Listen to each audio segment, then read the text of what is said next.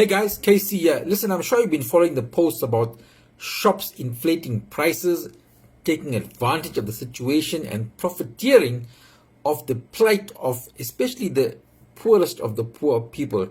Now, I don't know if it's true, but as far as I observed, mostly Indian outlets have been singled out and have been investigated, fined and or closed down. Owners facing possible jail time. Now that begs the question, are only Indian outlets, shops, etc. guilty? Or is it that only Indian people are complaining about Indian outlets? Because that's when the department actually acts. They act on complaints. Well, this week, MEC for KZN Economic Development, Tourism and Environmental Affairs, Nomusa Dube Nkube, visited some alleged rogue outlets in Chatsworth. The first stop was Take and Pay in Unit 3 Chatsworth, an outlet which is well supported by the people of Chatsworth simply because, trolley for trolley, they are often cheaper than the larger chain stores. Anyways, on a visit to Take and Pay, she met this pensioner and he highlighted to her how Take and Pay is allegedly robbing him and others. Of course, take a look. Liter cool drink every single month, $8.99. It's $10.99 today. Why? Because it's locked down. It's ridiculous. We are pensioners.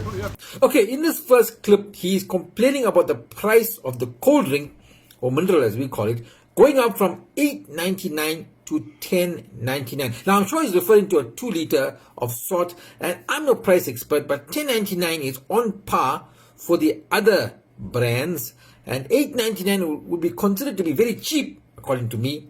So is that a rip-off? You tell me. By the way, I got info that the price increase on that cold drink mineral was not really an increase, but they reverted to the normal price as it was on special for $8.99 in the previous week or so. Anyway, he then goes on to complain about the price of the rice. And normally this rice is Look at it. 80 some odd rand. Ask the guys that work in the shop, man. Look at it. 94 rand. It's ridiculous. usually 80 rand. How do we? I promise you one thing. I come from Isipingo every month. From Isipingo shop in this shop because I don't Because you have think that. I don't have that that's better. facility there. So Now, the price he's complaining about is the Speco Blue Label brand, the 10 kg pack.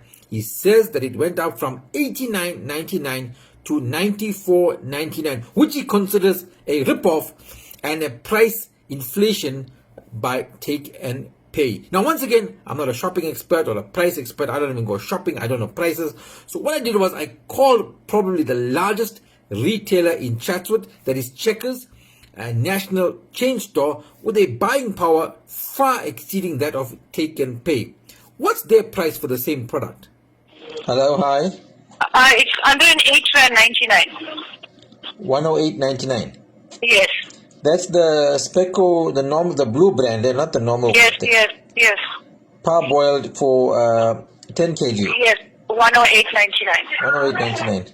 And Yes. which Checkers is the one by Chatsworth Center? Yes. Separate. Okay. Thank you very much, ma'am. Right. Bye.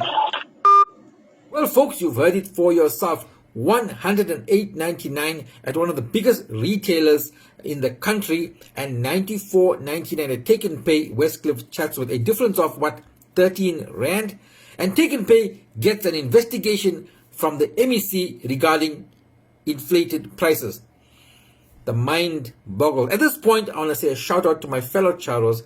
Many of these stores have been there for you over the years, offering you the best prices, and in fact many of these outlets also support local causes, charities, fundraiser, etc. They support the community. Now, I'm not saying don't report inflated prices, but be sure of your facts. A couple of rands here and there can't be described as a rip-off.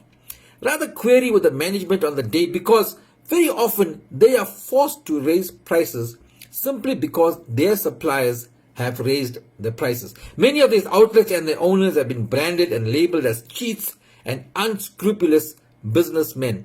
Is this really the case? And to the MEC, we must say thank you for being so proactive in this regard, taking the plight of the people to heart acting quickly. And while you're at it, let's see you tackle the bigger chain stores. I'm sure other stores in other townships also are doing the same thing, not just Indian stores in Indian outlets. Or is it?